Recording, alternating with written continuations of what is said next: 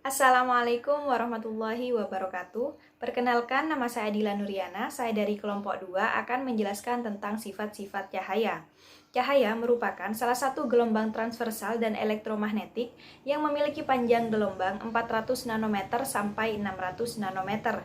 Cahaya yang dimaksud adalah gelombang elektromagnetik spektrum cahaya tampak, meliputi cahaya merah, jingga, kuning, hijau, biru, nila, dan ungu atau yang disingkat dengan magikuhibinium.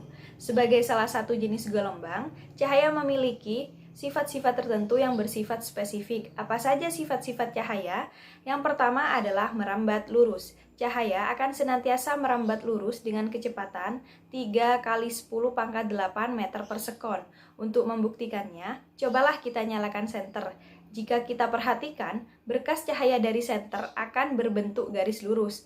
Nah, sifat cahaya inilah yang biasanya dimanfaatkan pada sinar laser. Yang kedua adalah mampu menembus benda bening. Benda bening seperti kaca mampu ditembus oleh cahaya. Cahaya yang masuk melalui benda bening akan diteruskan sepenuhnya. Artinya, tidak ada yang dipantulkan. Ternyata, sifat tersebut dimanfaatkan untuk membuat lampu.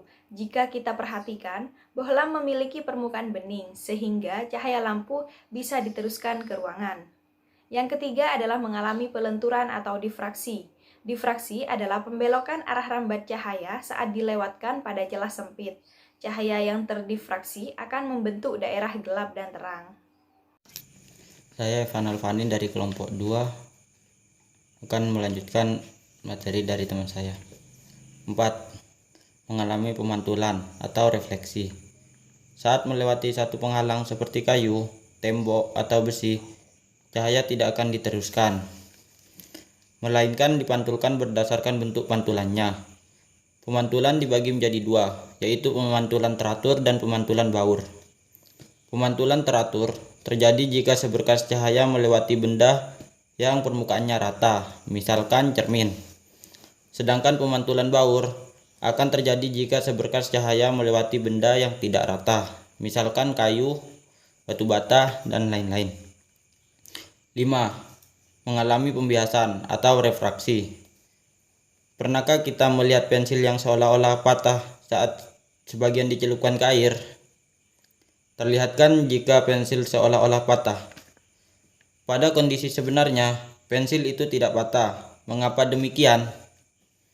Hal itu karena cahaya melalui medium yang berbeda, yaitu dari udara ke air. Seperti kita ketahui bahwa air dan udara memiliki indeks bias yang berbeda. Jika seberkas cahaya melalui medium yang berbeda indeks, maka kecepatan cahaya juga akan berbeda. Perbedaan kecepatan cahaya itulah yang membuat seolah-olah pensil terlihat patah. Peristiwa itu disebut sebagai pembiasan cahaya. Selanjutnya nomor 6 yaitu mengalami penguraian atau dispersi. Siapa sih yang tidak suka melihat pelangi? Fenomena langit yang sangat indah itu tidak setiap waktu bisa kita lihat. Namun kita tidak perlu khawatir karena terbentuknya pelangi tidak lepas dari sifat-sifat cahaya yang disebut dengan dispersi. Kita juga bisa membuat pelangi dengan memanfaatkan sifat tersebut.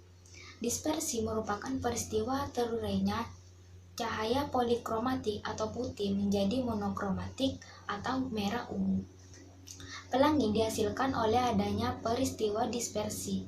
Cahaya matahari yang bersifat polikromatik dibiaskan oleh tetes air hujan yang ada di atmosfer dengan sudut yang berbeda-beda. Akibatnya, warna polikromatik dari cahaya matahari akan terurai menjadi monokromatik. Nah, warna-warna monokromatik tersebut nantinya akan memantul di belakang tetesan air hujan yang berbentuk sferis dan membentuk pelangi. Nomor 7 yaitu mampu merambat tanpa medium. Biasanya gelombang bisa merambat jika ada medium. Contohnya adalah gelombang tali yang merambat karena ada udara. Lalu bagaimana dengan cahaya? Hal yang cukup spesial bagi cahaya karena mampu merambat di ruang hampa sekalipun. Contohnya yaitu cahaya matahari yang sampai ke bumi. Untuk sampai ke bumi, cahaya matahari harus melalui ruang hampa di luar angkasa. Jika cahaya tidak bisa merambat di ruang hampa, matahari juga tidak akan pernah bisa sampai ke bumi. Baik, saya Rosida Maulida akan melanjutkan yang materi selanjutnya. Nah, yang kedelapan adalah memiliki energi. Saat kita berjemur di bawah terik matahari dalam kurun waktu yang cukup lama, apa yang akan kita rasakan? Tentu kulit akan terasa panas kan? Nah, panas atau kalor yang diterima menunjukkan bahwa cahaya memiliki energi berupa energi kalor. Yang kesembilan adalah bersifat dualisme. Bersifat dualisme artinya cahaya bisa disebut sebagai gelombang maupun partikel. Mengapa demikian? Cahaya bisa disebut sebagai gelombang karena memiliki panjang gelombang. Meski demikian, seorang ilmuwan asal Amerika, Arthur Compton, menemukan bahwa cahaya tersusun atas partikel. Hal itu dibuktikan dengan tumbukan antara partikel penyusun cahaya dengan elektron. Dan yang terakhir, yang ke-10 adalah dipancarkan dalam bentuk radiasi. Radiasi merupakan energi yang dipancarkan dalam bentuk gelombang atau kalor.